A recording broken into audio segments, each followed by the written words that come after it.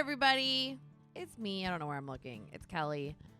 If I look crazy, I know many of you are listening to this, but just in the off chance that you're watching this on YouTube, if I look tired and crazy, it's because I just got back to New York an hour ago.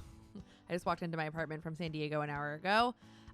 It's now Monday. I am late getting this up. I thought I would be able to do this yesterday, Sunday, but it was a really long weekend.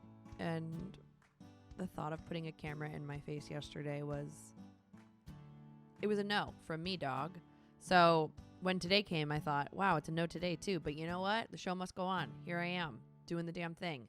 And it's a podcast. Who cares what I look like? You know, most of you are listening to this anyway. If you're like, what's going on?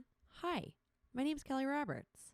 This is the Run Selfie Repeat podcast where we talk about life with a side of running. But this is Project 159. This is our layover on the way to BQ or bust. I'm trying to qualify for the Boston Marathon, but I am way far away from doing so. Right now I'm running like 11-minute miles ish, although that time is dropping rapidly with the weather change. The fall running glow up is here. Oh, let me add that to today's outline. Added. And I'm seeing it, baby. I am seeing the glow up. Granted, we're not like totally in it yet. We're just starting to drop. No more like 80-degree run mornings. But your girl's happy about it. So yeah, normally like these are short pep talks. But while I try to do this for the next, hopefully 7 months, but possible year, I figured in addition to the daily little videos that are coming out on Instagram and TikTok, I would do a weekly longer version video where I talk about training, where I talk about what I'm doing, because I'm now a running coach. I've been a running coach for years and years and years now, since 2018 or 19. I don't remember when I became a running coach, but it was one of those years. And now that I am a running coach and I know a lot, I watch people who were like me back in the day, who are just influencer personalities, and they give terrible advice, which I gave terrible advice too. So hopefully to be a voice of reason and to help everybody kind of understand how everything works, I want to do this. I want people to understand the ins and outs of things, because something none of my coaches ever did was teach me why we're doing different paces, how to spot progress, how training plans are structured and stuff like that. It's something I do in all of Badass Lady Gang training. So if you're on the team with me, or if you're doing one of our training experiences, it's something I try to do there as well, is talk through training, talk about the ins and outs of things, how things are working. If I'm customizing plans, I want you to know why and how, so that your training is different than someone else's. So this is a fun way for me to do that with all of you. That being said, hey, come train with me. Come train with the Badass Lady Gang. There's a difference between our training team, the Badass Lady Gang training team, and our training experiences. Our training team gets access to everything. You get customized training plans. You get access to all of our training experiences. You get access to our Monday strength session with Coach Amanda that is live every single week. You get access to our strength video library. You get access to the journals. You get access to a whole host of things. And most importantly, you get over 6 weekly coaching calls that you can join live to talk with me, to customize your plan, talk through what's going on, work through doubts, fears, setbacks, breakthroughs, wins, all the things. And you do it with a team. I'm a big believer in vicarious learning. I don't think most people need one-on-one coaching, though I now offer it. So if that is something that you're looking for, you can join one-on-one coaching. The good news is if you do one-on-one coaching, you also get access to the team. So you can come to the team coaching calls in addition to your weekly one-on-one coaching call with me, and you get all of those resources. But the training experiences are kind of like the light version of the team. You get one weekly dedicated training experience coaching call. You get the journals. You get the live Monday strength sessions with Coach Amanda's, in addition to her strength video library. Those are like the resources that you get. So upcoming, we've got our Turkey Trot training experience. We've got our January half marathon and marathon Run Disney Challenge training experience called the Magical 16-week January training experience. We have upcoming soon is a February half marathon training experience. We have soon our Get Faster Stronger training experience that we do every kickoff on New Year's. So lots of fun ways that you can train with Badass Lady Gang. But if you are really looking for a lot of support and want to get the most out of your training and get the support you deserve, look at the team. Check out the team, but also come join one of our training experiences. But let's start with this. I keep calling it the elephant in the room, but it's no longer the elephant in the room. I've talked about it, I feel like ad nauseum, but I'm going to talk about it here. They changed the BQ qualifying times. So I noted this in the video I posted literally last week.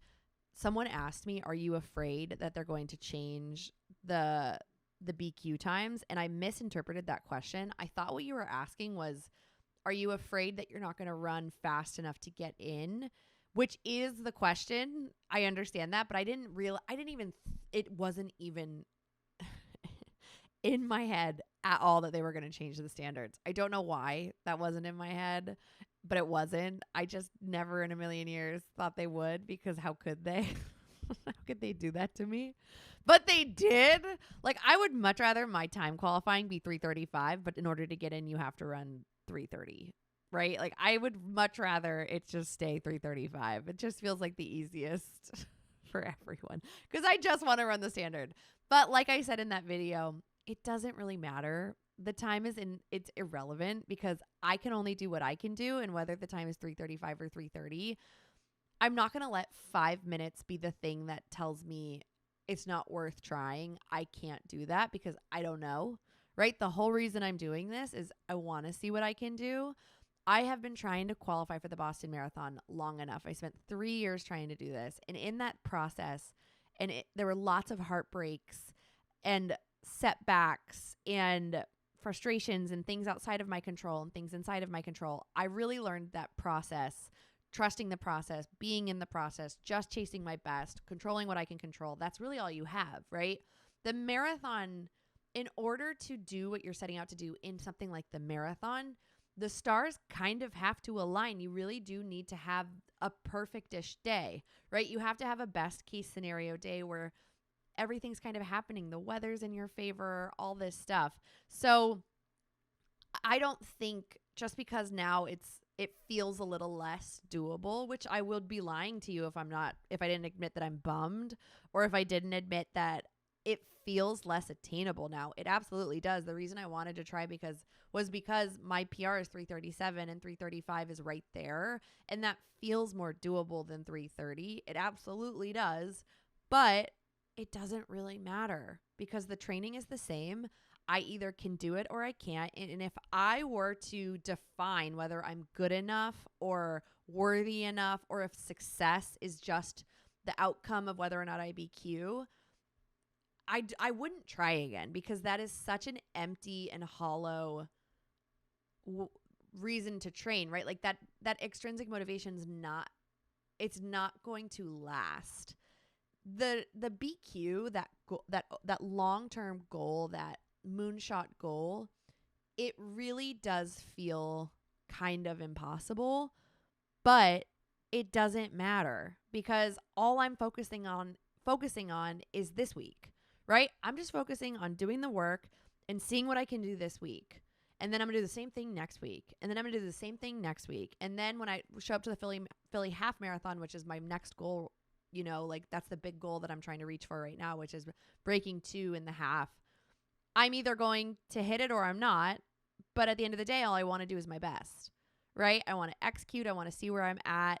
If I run a 2:10, I'm not going to sit there and think, dang, what a loser.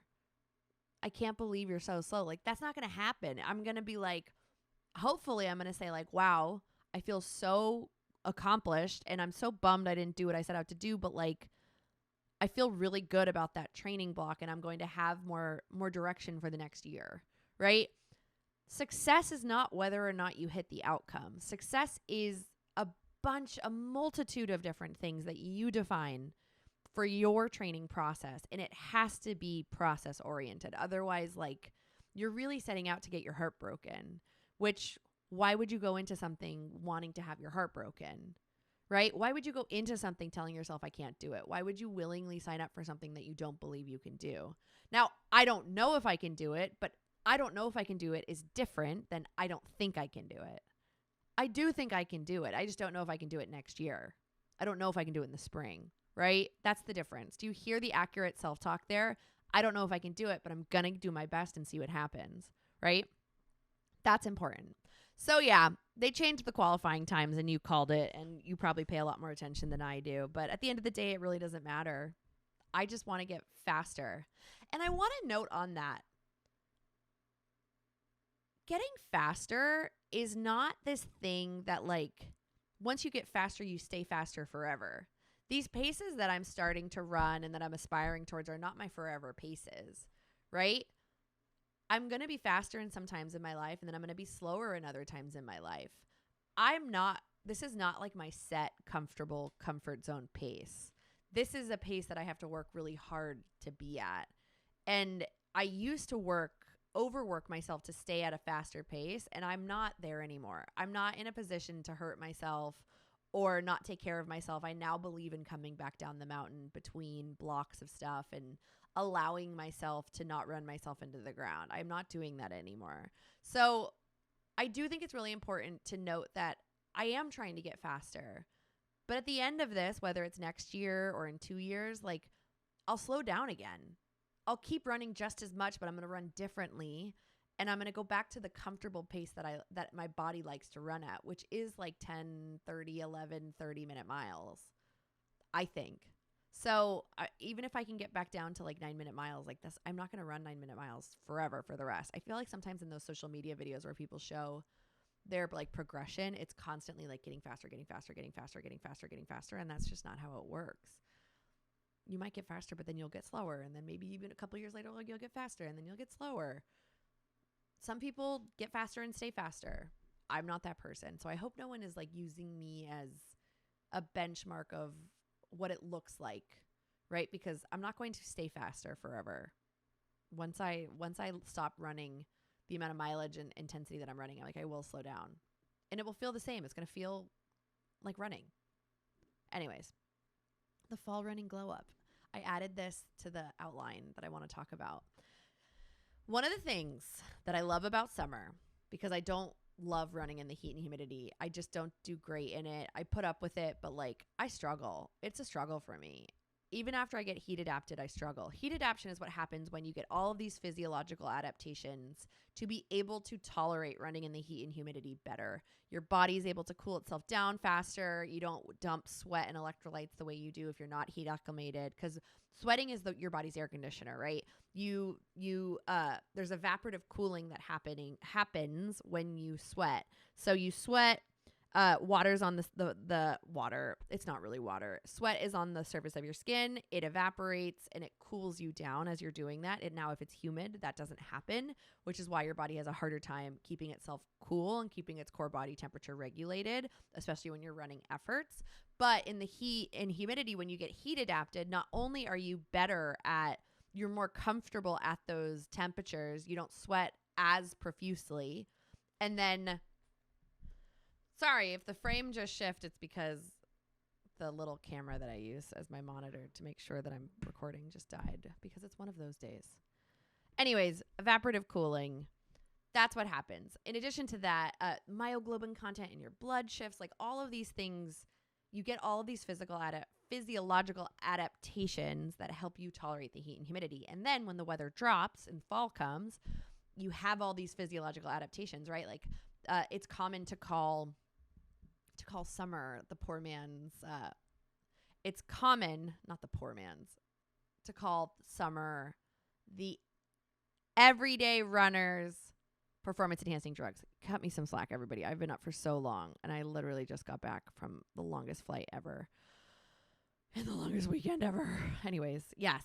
So fall running glow up, the weather cools. You have all of these like little legal steroids, which not really, but kind of, and then you fly, right? Like, so for the fall running glow up, I already am starting to see myself glow up a little bit from all the work that I did this summer, because like I said, right, even though I'm heading into week 4 of my 12-week training cycle, I have been training regularly since whenever I started running again after my calf strain this year. I strained my calf in March or April, training for possibly the Boston Marathon, which a brand backed out of. And then I got hurt anyways. And I was like, cool. Influencing is fun. Influencing is great. Everyone should do it. Another one of the like not great sides of influencing. You have to train for things you don't know whether you're going to do or not. And then they take forever to contact you. And so then you get hurt because you ramp your stuff up like a dum-dum. But money's money, and you got to do what you got to do. So yeah, the fall running glow up is coming. We're really going to start to feel it in the next 4 weeks. So I'm very excited for that. But it's hard. I'm at that point in training where I think just because of the last few weeks that I've had, it's just hard to stay motivated. I feel really tired, and not tired like physically, just like I just feel so sad. You know, like losing my grandparents was so sad. And I'm just dealing with that. And I feel sad for my mom, and I feel really sad being really far away from her. So I'm just sad. I'm sad. And I'm trying my best to like have running be something that feels good and like helps me with it. And it absolutely is. But like, I am not motivated. Getting out the door is not easy. And you don't need to be going through, you know, like a loss to experience what it's like to not feel motivated. I think this is the reality of running and training is after the initial adrenaline wave wears off of training for an extrinsic goal like a half marathon or a 5K, right? Or wanting to break 30 minutes in the 5K or wanting to break 40 minutes in the 5K, right? Outcome time goals, black and white, things you can like check off of a list. They're extrinsically motivated oftentimes, and that extrinsic motivation isn't going to fuel you for long. So you need more intrinsically motivated goals, right? And bigger than that, right? That's called your why, checking in with your why and letting that be the thing. But bigger than that, like I was just about to say, is you just got to do it, right? Like Nike said it best. You just have to do it. You need to find a way to get out the door with as little resistance as possible, however you can. So getting into routines is a really big help. I try not to get dressed until I know I'm going to stretch and get out the door, right? I don't get dressed and then like putz around the house and clean my bathroom or do my taxes or like find anything to do but go for a run. Now, I definitely do better in like these months because I'm not tied to like if I'm not out the door by 7, it's like miserable and dangerous to run. I am incredibly lucky. I have a very flexible schedule and I don't have any children. I only have 2 adorable cats who I feel like are my children and my babies, but I know it's different, very different. And I can run whenever I want when the weather cooperates, right? I do much better waking up at like 5, working from like 7 till 11 and then running right before lunch. That's when I like that the most. So I find that I do my best training once the weather kind of drops a little bit, but I know that that is not anyone's experience. You all have, you know, like pretty strict time constraints on work-life balance. So I understand that I have a luxury here. So for me, I sometimes find it's harder to work when you're not motivated because I have all the time in the world. Whereas when you work a job that you have to be at 9 or whatever, like you have to get out the door by a certain time or you're not going for a run. So sometimes I do find that having a deadline helps, but at the end of the day, having those routines in place is helpful because you do need to figure out how to get it done, right? Get it done and not have it be this thing that you dragging your feet around turns into a more challenging run because your head's not in it. So yeah, I'm struggling a little bit to get out the door, but it's not the world's end. The world's not ending. Like I'm not really struggling to get my runs in. I just don't feel motivated to do them. So I have to kind of like pull for all the tools in the tool bag to get out there. Now, once I'm out there, I'm okay, right? Like I have a black belt. Granted, I don't even know what the belts mean. I feel really confident in my mental game ability and finding, you know, like that neutral headspace that we're always looking for when I'm out there. But I don't want to do anything, which isn't great. But let's talk about setting yourself up for success and setting up your runs, because this is kind of the point of training where it's really, really important and helpful to set yourself up for success, especially if you're starting to find that motivation is something that's waning a little bit. making sure that one, you're sitting down with your schedule every single week, looking at the weather, looking at your work calendar, working at your social calendar, working at your family calendar, making sure that you're just like having a pulse on what's coming your way, and then looking at your training calendar. Like I do it with you here on the podcast, and we'll do it in a minute. But one of the ways that you can set yourself up for success is figure out where the flexibility lies in your week, where you do not have flexibility and where you do, so that you know which workouts can get moved. Like I can say last week, I was on the fence about whether or not to do my second speed play day hill repeats, because on Wednesday, I just couldn't get out the door to go ride my bike. But I got myself to do a 30-minute Peloton ride, just like aerobic, slow, strong, steady, conversational pace. But a 30-minute ride isn't really what I promised myself in my little pact to myself so that I can have 2 speed play days. Because the way I'm training, I'm allowing myself on 4 running days to have 2 speed play days, which normally if you're running 4 running days, I would recommend 1 if you're training for a half marathon, because you do want the majority of your running to be slow, strong, steady, conversational pace aerobic work, because that is the bulk of what we're trying to do, is build those aerobic benefits. But I'm allowing myself to have 2 if I get myself to do at least 1 cycling day where I can get aerobic benefits. But a 30-minute ride isn't really on par with that bargain that I have with myself, that deal I have with myself. So I was on the fence about whether or not I wanted to do that second speed play day, and I ended up opting in for the second speed play day because it just felt more doable than a 60-minute run. But one of the ways that you can set yourself up for success is to look ahead and figure out, like what days are a bit more flexible, what can move, what might possibly happen, things like that. And then make sure that you're setting up your runs AM and PM, right? If you know that you're normally an AM runner, but on Thursday you need to run a PM run, but you're going to do your long run on Friday, right? Those runs, PM to AM, you don't have a ton of time between them. So you might have 8 hours or 10 hours, but 24 hours is ideal, right? The longer you have between your runs, 2 days, 3 days, whatever it is, 2 days is probably ideal for most people. Not everybody can handle back-to-back running days, but if you are someone who is doing back-to-back running days, right? So you're running Friday and then Saturday, or Tuesday and Wednesday, making sure that you're not always doing a PM run and then an AM run where you don't have a ton of time between them.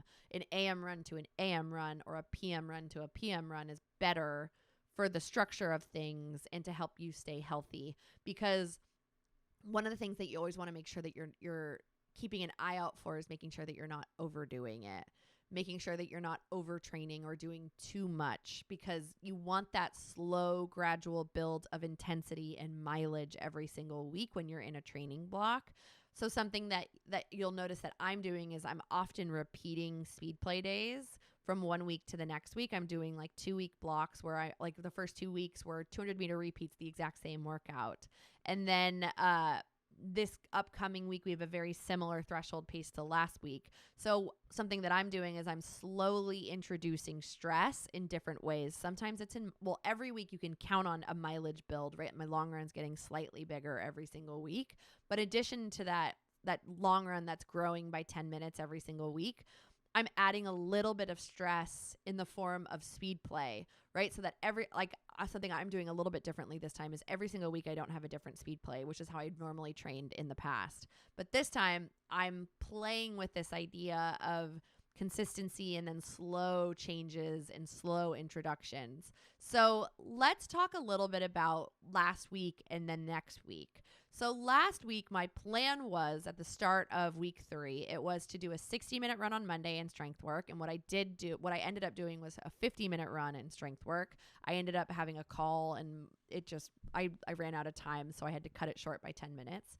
Tuesday, what I planned on doing was a 4x1 mile at threshold pace workout. Threshold pace is race pace for me, so it's comfortably uncomfortable. What I ended up doing was 4 by a mile at threshold pace.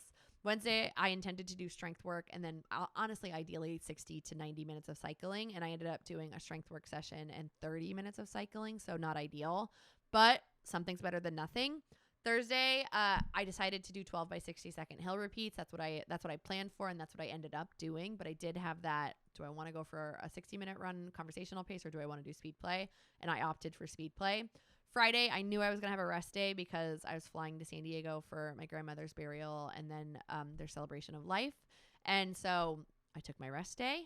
Saturday, I thought that the burial and the celebration of life was on Sunday, but it ended up being on Saturday. So I initially thought I was going to run on Saturday, but I ended up taking an extra rest day on Saturday because we left the house at like 7:45 and didn't get home until 10:30 at night. So it was a very long day. Sunday, I ran an hour 40 with my best friend, Katie. I had initially planned on possibly doing a 5th run and strength work or strength work, but I moved my Saturday long run to Sunday. So I was able to do an hour 40. So that's kind of how that week worked. And that's how I'm making sure I'm not overdoing it, right? Small introductions of stress, being really mindful of the fact that like I'm really stressed out. This has been a stressful time. Being mindful of the fact that flying across the country, the amount that I have in the last 4 weeks, has been exhausting. It's a long flight. That California to San Diego flight is a long flight. And it really F's your day. Like, I'm not the type of person that like can get up and go for a run the second I land. I can, but it won't be good for me. So I like really lose 2 days when I do that, especially going from San Diego to New York City because of the time jump. You jump forward in time. So making sure that like this week I'm not overdoing it in mileage, that I don't have a significant jump in mileage. So that 50-minute run on Monday actually kind of did me a favor, right? Making sure that this week wasn't as intense as it might have been and high in mileage. So I feel really good about this week, and I actually felt really good on my runs, even though I didn't want to do many of them. And out there, they weren't easy, but they also weren't terrible. The 4 by a mile at threshold pace went a lot better than I was kind of anticipating. I noticed I was really in my head, not really in my head, but I was starting to get in my head and a little nervous about race pace, right? I started to kind of predict the future and start saying to myself, wow, what are you going to do if you go out for this workout and you can't even hold 1 mile at race pace with a significantly long recovery, right? 4 minutes. I had a 4-minute recovery, which is really, really long. What if you can't do that today? Man, that's going to be demoralizing. And like, I mean, how are we going to talk about that? I'm already starting to like frame how I'm going to sell the story. And I was like, whoa, okay. 1, we have no idea what's about to happen. 2, the goal is just to do your best. See what happens. This is an opportunity to check in and reach for tools, stay present, feel strong, build strength, right? The only goal today is to give my best and put those coins in the coin jar. The goal today is not to be race ready. I'm in week 3. The goal today is to do the workout and see where I'm at, knowing that next week it might be completely different. So just do your best. And so being able to catch those thoughts like the way that Dr. Bob taught me to, 1, be mindful of, and 2, like turn the light on the boogeyman and say like, hey, it's okay to be nervous. It's okay. You're chasing a really scary goal and sharing it with a lot of people. There's a lot of pressure. You feel some pressure, but there is no pressure, right? Whether you do or whether you don't, doesn't matter. Just do it, right? Just do your best. That's all you can do. And if you fall short, you fall short. But next week's another week to try again, because we've got threshold pace for the next 9 weeks. So I was able to, in that moment, kind of be like, hey, it's okay. And the first one, they actually felt fine, right? Like the last 2 were really hard. The last one especially was hard because it was a lot uphill. And I did finish being like, oh, you had more in the tank, but you were scared to go there. And I was like, oh, okay, that's interesting to clock, right? And in the past, I probably would have been pushed to that headspace of like, why don't you care? Why can't you do it? Why were you so off? Why do you quit on yourself? But now it's like, oh, okay, right. We're just figuring out how to like find that next gear in the end. And it wasn't my all out best, right? And not all out in the sense of effort level, but it wasn't my best. I held a little back. And next time I want to make sure that like I do push that final rep. And even if it's uphill, I'm not avoiding it, or I'm not defining whether I can or can't before I even try, things like that. So It went okay, right? The 4 by mile was a great workout. I feel it. I actually finished feeling a little bit more confident at race pace. So I'm excited to continue to build and build and build and build and build. The hill repeats, same thing. I took the first two a lot gentler than I normally do. I always take the first two a little gentler than the effort level that's suggested, which is like a hard effort up the hill, just because I just was in a bad mood. I hate my birthday. It was my birthday. I was really sad. And I got myself to do it, which was a huge win. And I like just said like, hey, we're just going to do these hill repeats one at a time, and whatever wave passes over you, like that's what we're going to ride. And the first two just like were like, I mean, I was surprised when it ended because I didn't make it very far. And I like I looked at my watch and was like, whoa, okay, so nothing's wrong. I did do a mile. Okay. Oh, another thing about my 4 by a mile, my watch glitched. I think it was because of the update, but I ended up running like 0.37-ish miles more than I should have, because the first rep, it like I pressed play, but it didn't start playing. So I took off. And then when I looked down, it wasn't clocking my average pace on that mile repeat. And I didn't think anything of it. I kind of was like, oh, that's weird.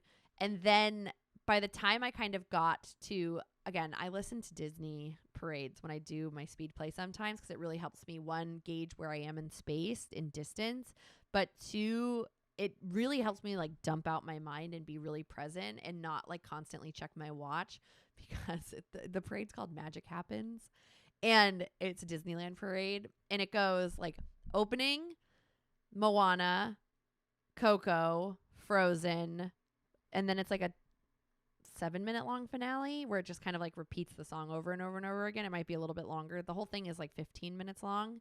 And so the whole parade route, the whole parade song. So I know when I'm doing mile repeats, like once I get to Coco, I can check my watch, because somewhere in Coco is where I'm probably going to wrap my mile. So if I'm in Moana and I'm starting to get panicky, or I'm starting to get like, I don't know if I can hold on, I know you do have a significant ways to go. We're probably halfway there or less than halfway there. So like, what can we do right now to just focus on 2 minutes and to not worry and to feel okay? And then once we get to Coco, I can check my watch and like contextualize distance and how much further I have to go and get myself to that. So I knew I was in Moana, and I checked my watch, and that's when I saw it, and I was like, so I stopped. And this is the one down of an Apple Watch. I don't know totally how to do speed play in an open run, which is like a type of run that you can do. So I just opened a new open run. I didn't even program a workout. I just pressed go. But as I was lapping it, like it missed the first one. So whatever, like it still clocked the distance, but it didn't clock the interval the way that I wanted it to. So I was kind of like, one, this workout is weirdly being like recorded. It would also like give me my mile splits when it wasn't a mile, which was a little annoying. So I would be like in the middle of a mile repeat and it would tell me a mile, because it was counting my recoveries. But in addition to that, I ran like 0.37 miles further than I needed to, which was a little like, but there was a moment where I kind of got my head being like, I don't know if I can do this workout now. I just like ran so far, and I was like, hey, whatever, just do your best. And I was able to do it. So I'm grateful I was able to kind of like stay present, because this shit happens. It doesn't matter what kind of a watch you have. You have watch malfunctions, or sometimes someone blows your phone up and screws up your music, or your headphones die. Like you kind of need to be ready to not silence, but keep your energy even and continue to find that ease and let go of resistance when you're doing these workouts, because it's so much easier when you're not like, think of the finger trap, right? If you're like really panicking or annoyed and trying to pull your fingers out of a finger trap, like you can't. You have to kind of surrender and pull your fingers out in order for things to click. So thinking surrender, just be here now, whatever will happen already has. Like those kinds of things are helpful. So that happened during my 4 by mile, but then during the 12 60-second hill repeats, I took the first two really gentle, and then I was kind of able to push past my point every single time, because the way you do hill repeats is you start in the same spot. I had a minute, so I would note where I was at the first minute, and I said, great, this tree with like a spray painted bullseye on it, I think they're going to take it down. This is my finishing point. So when I'm running up the hill, similarly to like how I'm doing using that parade, I'm just looking at that tree with the spray paint on it, and I'm not checking my watch until I'm about to hit the tree, and then I might have 10 seconds left, or I might be about to be finished. But I have a visual cue to like reel in as I'm working my way up the hill. It was also interesting because I went at like 11 and it was a little warm, which was a bummer, but there was people out. Normally when I go for a run at 11, there's people out. I always see the same people, but there was like runners doing hill repeats. Like there was a girl doing hill repeats in the beginning, but then there was a guy who was wearing like a local singlet of like a local running club. And he was like so generous with energy, like constantly giving me like thumbs up or like rock ons and like good work and things like that. And I was in such a bad mood that I gave him nothing. I just smiled. Normally I'm like giving high fives and like giving it right back, but I was like very much like I just wanted to be invisible, even though I appreciated the love and energy. But then at the end I gave him a high five. But that was interesting that people were out at 11 o'clock on Thursday? But yeah. Oh, also on Thursday we went and saw that new Will Ferrell and Harper Steele documentary, Will and Harper. It was so great. I think it's going to be on Netflix. I think it's coming to Netflix. I think it's a Netflix movie. We saw it in a movie theater, but I cannot recommend this documentary enough. If you are someone who I personally feel strongly about supporting the trans community and inclusive and spreading the love as far as humanly possible, because one of the most important people in my life who changed my life, Alexandra Billings, trans woman. She was one of my teachers in college. I would not be here today if it weren't for her. Like, truly came into my life like a guardian angel.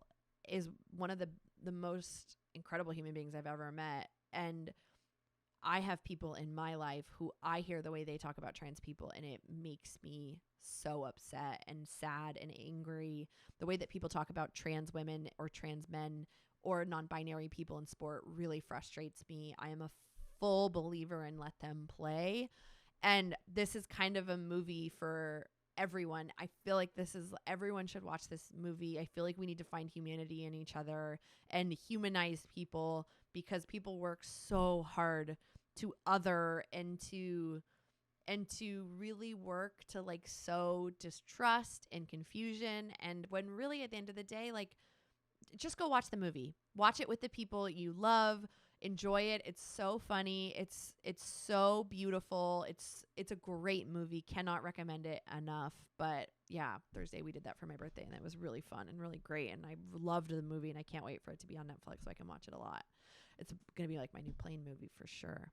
It was so funny. Sorry, what was I talking about? Hill repeats. Yeah. So yeah, that ended up happening. And then I ended up taking those 2 rest days. And then my long run was so great. Katie, who's one of my best friends in the whole entire world, Katie and I met we knew each other before kindergarten because our sisters are the same age. And they were in class together. So we knew each other through our sisters. But then the 4 of us were kind of like family. So I love Katie and I love her family. And Katie started running a couple years ago, which is so exciting. And so now we get to run together when I go home. And she is not trained to run an hour 40, but she's a very talented runner and can just bust it out, which, like, I love her, but I'm so jealous. But it was so great having her. It was so fun. And I always, like, when I'm in New York City, I'm kind of always looking for people I know. So I am, and I think I'm on high alert here just because it's a big city. Even though I live here and I don't feel like I'm in danger, I still am constantly on high alert. I'm on alert for bikes. I'm on alert for cars. I'm on alert for friends. I'm on alert for danger, right? Everything and anything. I'm kind of just like constantly like ultra present. Whereas when I go to San Diego, there still is danger, but I don't look for people the way I do here. And I saw a couple people I know and like did not even clock it at all. Like, did not even register that I could possibly know them, which is so funny. So it was nice. We saw people. We didn't see any dolphins, which was wildly upsetting. All I want is to see dolphins when I'm out there. Oh my God. And then today when I was coming home, I saw on social media, there was like 100 blue whales out off of the coast of Mission Bay. And I was like, what? All I want in my whole life is to see a blue whale. Like, I love the ocean. I love whales. I love dolphins. I love all animals in the ocean. And I would have loved to have seen that. Although there was no time. It's not like I could go like get on a boat. Like, whose boat would I get on? But anyway, it made me wildly jealous. But I didn't see any dolphins, and that's always bad. That's bad. only because I love to see them. But it was a great run. I felt great, really great. So yeah, week 3. Week 3, check. I feel like I did everything I wanted to do. Super flexible. Looking forward to week 4. Here's the plan. Today, Monday, rest day. I fully intended to get on a bike or get on my Peloton, and I got home and thought to myself, wow, I don't even want to do this. I feel dead inside, and I feel like I need to go to bed. So rest day. Already being flexible with my week. Tuesday, we have 10 by 400 meters at interval pace. I guess that's tomorrow, huh? Oh, that's a bummer. Sometimes it feels better to be like 2 days away. I might try to get myself to go to the track tomorrow. I need to look at my calendar. I did exactly what I did not. I tell all you guys to do. Look at your calendar. I haven't even done that. If I have an early call tomorrow, I might flip-flop Tuesday and Thursday and do the 10-minute threshold pace tomorrow and then the 400-meter repeats on Thursday. I kind of want to get myself to go to the track to do interval pace, but I guess I can always go to Brooklyn Bridge Park. I just miss the track. I want the track to open. Wednesday, strength work and a 60-minute run. Thursday, 4 by 10 minutes at threshold pace, or that 4 by 400 meters if I can get myself to go to the track. I'm crossing my fingers. Friday, cycling and strength work. Saturday, long run, hour 50. Sunday, possibly cycling, possibly strength work, possibly an extra rest day. So we will see what happens. But this week, like the bigger goal is obviously consistency, but making sure that I'm continuing to warm up, making sure I'm continuing to take care of myself with my foam rolling. I want to be a little bit better about my time in the mornings and get into my air pants, which are my compression pants. Now that I'm back and I don't foresee myself leaving New York City until November, I can kind of get back into my routine, get back into the swing of things and like feel good. Oh, I'm definitely not doing speed work tomorrow. Actually, real time, I'm going to switch things around with you right now. I just realized what I have to do tomorrow. All right, here's what we're doing. Cycling and strength tomorrow. Oh no. That means I have to do my long run on Sunday. That's fine. Cycling tomorrow. Everything's going to shift down one day. Okay, that works. Cycling and strength tomorrow. Go team. The end. Kick ass.